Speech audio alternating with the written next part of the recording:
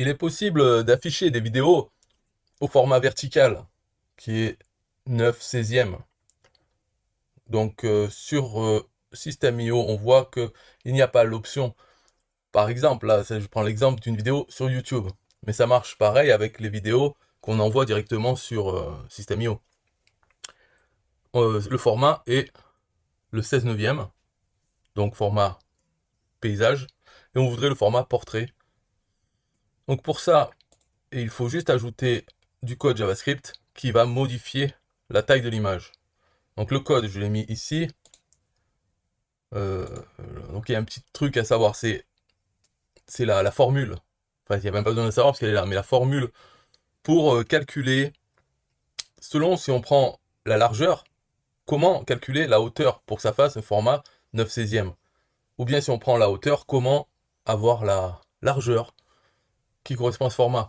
Donc la formule, c'est tout simplement, c'est pareil, en fait, c'est presque la même, c'est simplement multiplié par 16/9 ou multiplié par 9/16 selon ce qu'on veut obtenir. C'est pour ça qu'ici j'ai marqué choisir seulement une. Et les deux barres obliques, ça veut dire que c'est un commentaire. Donc là, dans ce cas-là, celle qu'on a choisie, c'est de déterminer la hauteur par rapport à la largeur existante. On peut faire le contraire, c'est-à-dire on a la vidéo et on va modifier la largeur pour que ça corresponde à la hauteur de la vidéo. Mais moi, je conseille de faire l'autre, voilà. Et les raisons pour préférer faire autre chose, c'est-à-dire calculer la hauteur, changer la hauteur par rapport à la largeur de la vidéo, c'est parce que quand on est sur System.io en train de designer dans l'éditeur, qu'est-ce qu'on contrôle le mieux? Je veux dire, c'est la largeur. Donc la largeur, on peut la fixer dans son design et on sait que la hauteur sera augmentée par la suite par ce script parce que bien sûr là comme c'est format 16/9, pour que ça se transforme en 9/16, ça va ajouter de la hauteur, ça va être forcément plus haute que comme ça. Mais au moins avec ça, on peut jouer sur les marges. C'est-à-dire, à quoi ça sert de jouer sur les marges? C'est parce que la vidéo, elle est dans une rangée, elle est quelque part sur la page. Et quand on la place avec System.io, ça met toujours 100%. La vidéo en largeur, elle prend 100% de l'élément dans lequel elle est. Donc dans une rangée, dans une des colonnes des rangées. Donc en bougeant la largeur d'une colonne, d'une rangée, déjà on détermine la largeur de la vidéo. Pareil avec la section. La section ici, quand on sélectionne, si elle va, la largeur du contenu de la section, si elle va moyen, toute la largeur, pour prendre toute la largeur de la page, ou très petite, la vidéo en conséquence, elle va être moins large, plus ou moins large. Donc, et en plus, sur la vidéo elle-même, on peut jouer avec les marges. Donc même si elle est déjà dans une colonne qui fait telle largeur, on peut en plus rajouter une marge à gauche pour cette vidéo, et donc la vidéo sera moins large, et on contrôle mieux. Voilà, donc c'est pour ça que je conseille, j'ai laissé le choix en mettant les deux dans ce script, comme ça c'est fait, mais je conseille de prendre la seconde option, c'est-à-dire de recalculer la hauteur de la vidéo par rapport à sa largeur. Donc c'est juste ce script, en gros ça attend que la page soit chargée, ça prend, donc oui il y a une chose à faire, c'est prendre l'ID de la vidéo. Ici, c'est ça, l'ID. Vous savez comment on la prend. Vous cliquez sur la vidéo, vous allez sur le menu à gauche, tout en bas, il y a l'ID. Donc, vous le reportez dans le script ici. Donc, OBJ pour objet, ça prend cet élément.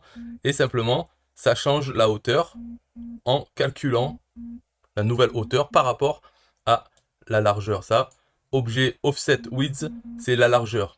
Mais ce qui est bien, c'est que ça, c'est la largeur en incluant les marges, enfin en excluant les marges, disons. C'est-à-dire ça prend vraiment la largeur de l'élément, pas en comptant les marges à gauche ou à droite, non, ça prend juste la largeur de l'élément tel qu'affiché sur la page. Parce que aussi, bien sûr, on ne sait pas, on peut pas fixer dans le script, on ne sait pas la largeur, ça dépend de l'écran dans lequel elle est vue, la page comment elle est faite, si tout est figé, ok, mais si c'est un design responsive, on ne sait jamais la largeur. Donc là, il le sait, au moment précis, et à ce moment précis, il calcule la hauteur. Voilà, il change. Donc ce que ça donne dans les faits, hop, voilà, tac, ça change. Donc une fois qu'elle est chargée, de suite, hein, ça la met à la bonne hauteur et elle joue normalement. Voilà. Donc on va faire un exemple. Ici, il faut voir ça. Je vais ajouter des marges. à la vidéo, donc une marge à gauche, on va dire celle-là, voilà, à gauche, et donc ça la fait réduire sa largeur, tout en restant collé vers la droite. Ok, donc là, hop, ça fait qu'elle est moins haute, puisque sa largeur est plus petite, mais elle reste collée sur la droite. Donc voilà comment faire. Et pour une vidéo autre, c'est-à-dire là ici, intégrer à la page, tout ça, c'est pareil, c'est un peu pareil, hein. Ça se trouve c'est le même code, j'ai pas essayé parce que moi je mets des vidéos sur YouTube, je trouve que c'est mieux, plutôt que les envoyer directement sur le site. Mais si on veut faire avec l'autre, ça sera pareil. Si c'est pas pareil, dites-le moi dans les commentaires, je rajouterai un autre exemple, mais ça sera vraiment... il y aura peut-être un mot qui change dans le code, mais à mon avis non, mais peut-être. À voir. Bye bye.